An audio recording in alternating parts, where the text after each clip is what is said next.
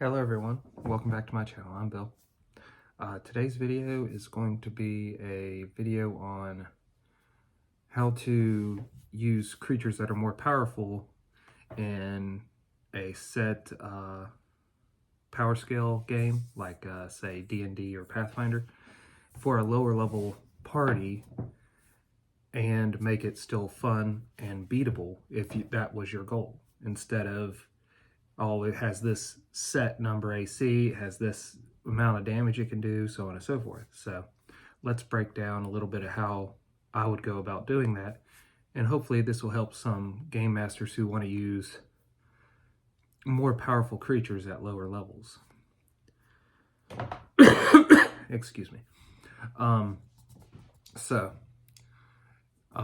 I was in college, there was a friend who was running a game for us, and he had ran many D&D games, and he was having trouble with the challenge rating system in the sense that he wanted to throw something that was not level appropriate for our first level characters.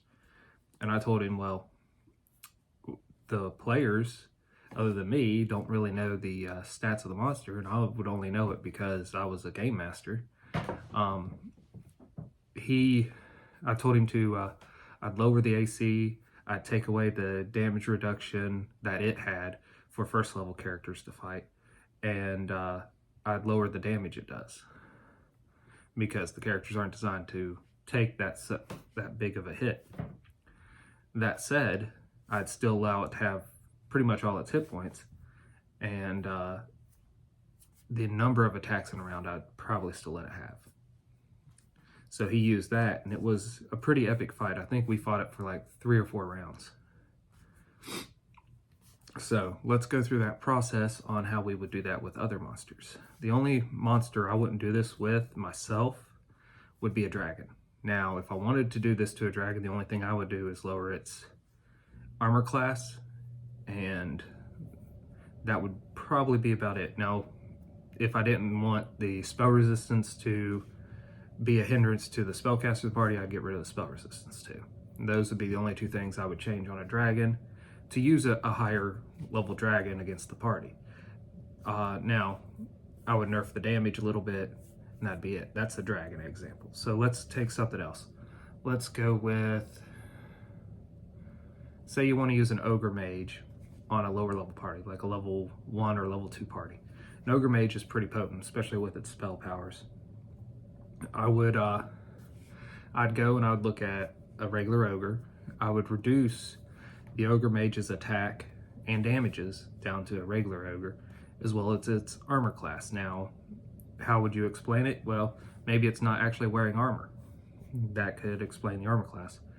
Or maybe it's just more clumsy than an ogre mage is supposed to be whenever they encounter a regular one later. I would still give it the spells that it had, but if the spells could be used unlimited, I'd probably give it a limit. So that way the party could take advantage of, oh, it can go invisible at will. Well, this one can only go invisible once. And then once it attacks, it's visible again. So now you all can fight it. So there's an ogre mage example. Let's see. Let's take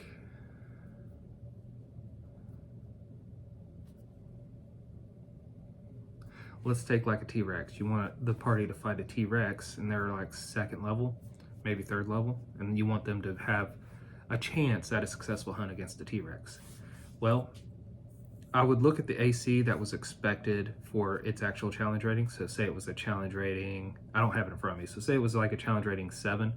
So what you would expect a 7th level party AC wise for your fighters and stuff, I would base that, its attack bonus against that AC, so that ratio, I would reduce its attack bonus to the ratio that'd be appropriate to level the party. So say it has a plus 16 to bite against a challenge rating 7 monster.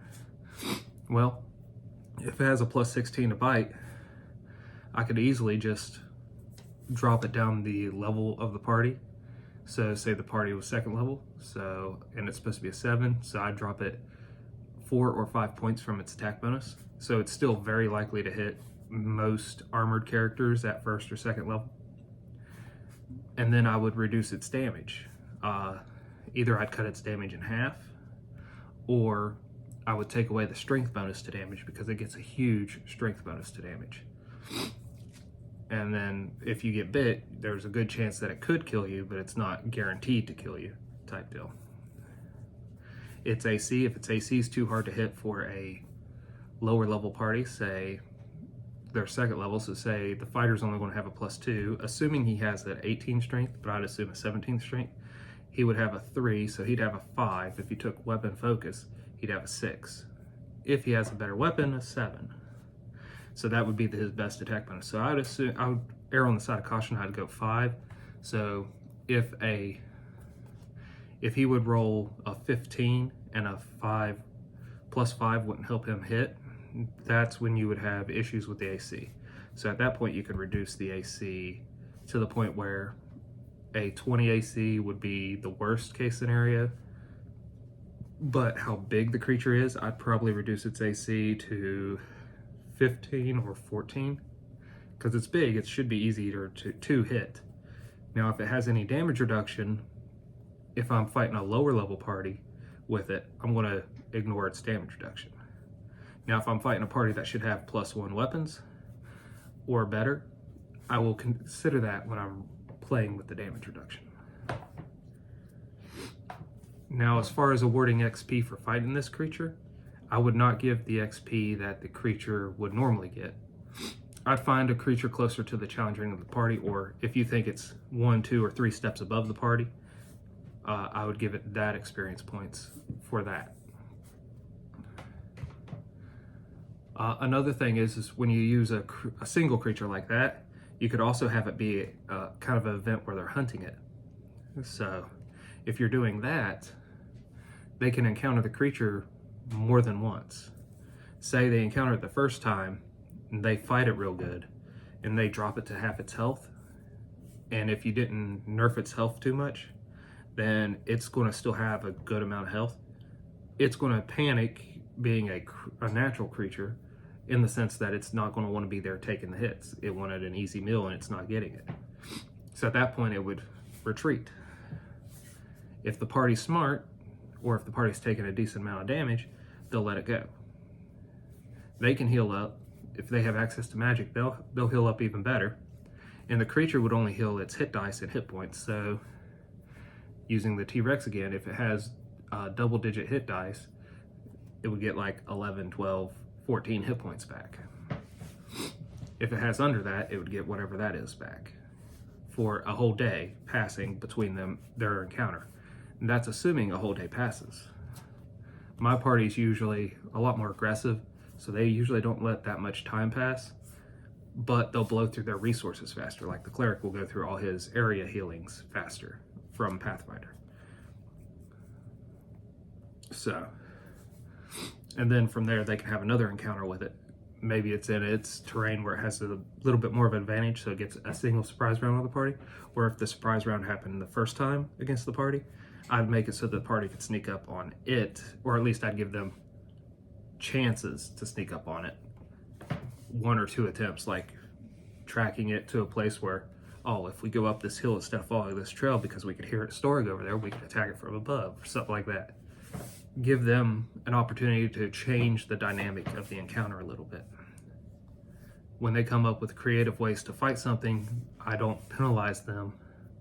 I reward them the same as far as the experience of the encounter, but the encounter is usually a lot easier for them if they're creative enough. An example is if you use oil to slick the ground. If you're fighting this T-Rex, like I was saying, and you throw a whole bunch of flasks of oil within a 10-foot area, you'd only need 4 flasks of oil to cover a 10-foot by 10-foot square. If the T-Rex steps in it, it's going to slip, or at least it needs to make a check to not slip. And that DC is pretty decent, and a T-Rex doesn't have a high dex, so you could essentially take over the encounter that way. Now, your enemies, not all your enemies need to do this, but certain enemies need to use tactics that the party has been using, or similar to what the party uses, against them. And I wouldn't use it to a devastating effect right away. but the more they dig into new tactics that are pretty cool, I'd start having the enemies learn from them and use them against them. So there's a few things there to digest. If this was helpful on running creatures that are higher challenge rating for a low level party, let me know. If there's something that you need me to go into more detail, let me know in the comments below, and I'll make another video and elaborate on it. Until we all game again, guys.